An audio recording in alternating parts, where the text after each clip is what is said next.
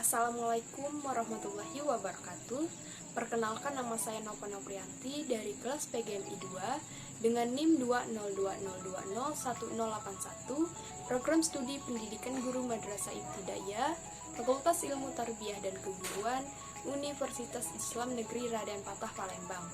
Di sini saya akan mempresentasikan salah satu materi dari mata kuliah materi IPS MI dengan dosen pengampu Bapak Joko Rohadi Wibowo MPDI yang bertemakan tentang perkembangan pendidikan IPS. Jadi poin yang pertama yang akan saya bahas ialah perkembangan social studies di negara lain, dan yang kedua perkembangan IPS dalam pendidikan di Indonesia. Perkembangan social studies jika di Indonesia itu dikenal dengan istilah pendidikan ilmu pengetahuan sosial atau yang disebut dengan PIPS. Social studies sebagai satu kesatuan sistem dalam kurikulum pendidikan sangat erat kaitannya dengan disiplin ilmu sejarah, geografi, dan civis.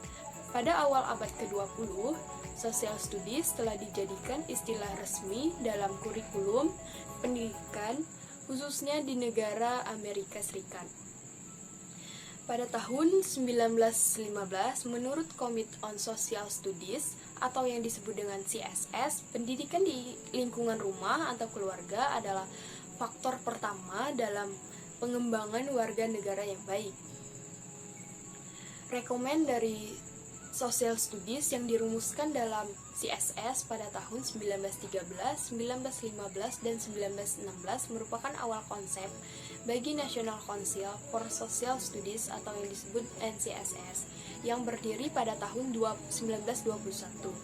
Pengembangan Social Studies dipublikasikan oleh NCSS pada tahun 1935 dan selanjutnya mengenai perkembangan PIPS dalam pendidikan di Indonesia.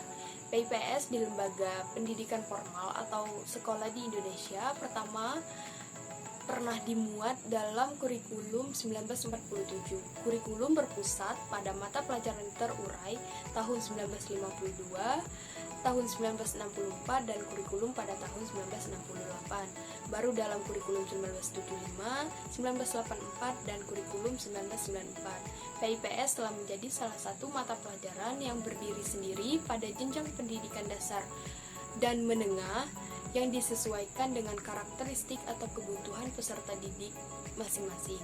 Sejak dikeluarkannya Peraturan Pemerintahan Nomor 19 Tahun 2005 tentang Standar Nasional Pendidikan, maka tidak ada lagi kurikulum yang bersifat terpusat atau yang disebut dengan kurikulum nasional.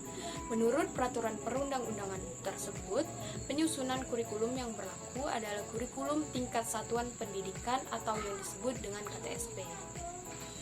Baiklah, sekian presentasi dari saya mengenai perkembangan pendidikan IPS ini. Apabila ada salah kata, saya mohon maaf, dan kepada Allah saya mohon ampun. Saya akhiri, wabillahi taufiq wal hidayah. Wassalamualaikum warahmatullahi wabarakatuh. Terima kasih.